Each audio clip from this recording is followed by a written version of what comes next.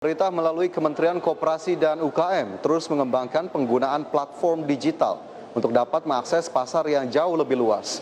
Bahkan berdasarkan survei, potensi pasar e-commerce tahun 2024 mencapai 1.700 triliun rupiah yang dapat dimanfaatkan oleh UMKM di tanah air.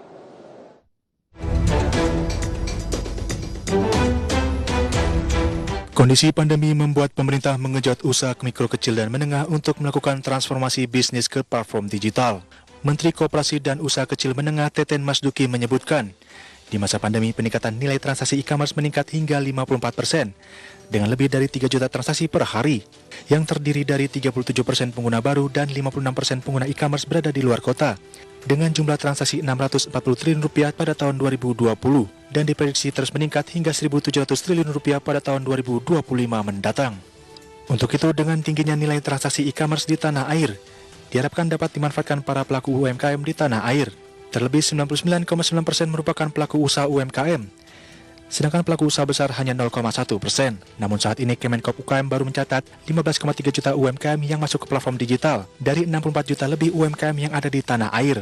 Pemerintah menargetkan 30 juta UMKM masuk ke platform digital pada tahun 2024 mendatang. Nah, berdasarkan data Google, transaksi di e-commerce meningkat selama pandemi sebanyak 54%, ada lebih dari 3 juta transaksi per hari. 37% dari pengguna layanan ekonomi digital adalah pengguna baru. Lalu 56% pengguna layanan ekonomi digital ini berdomisili di luar perkotaan. Nah, pandemi juga saya kira transaksinya cukup besar, ada 44 miliar US dollar atau sekitar 640 triliun. Ini cukup besar ya.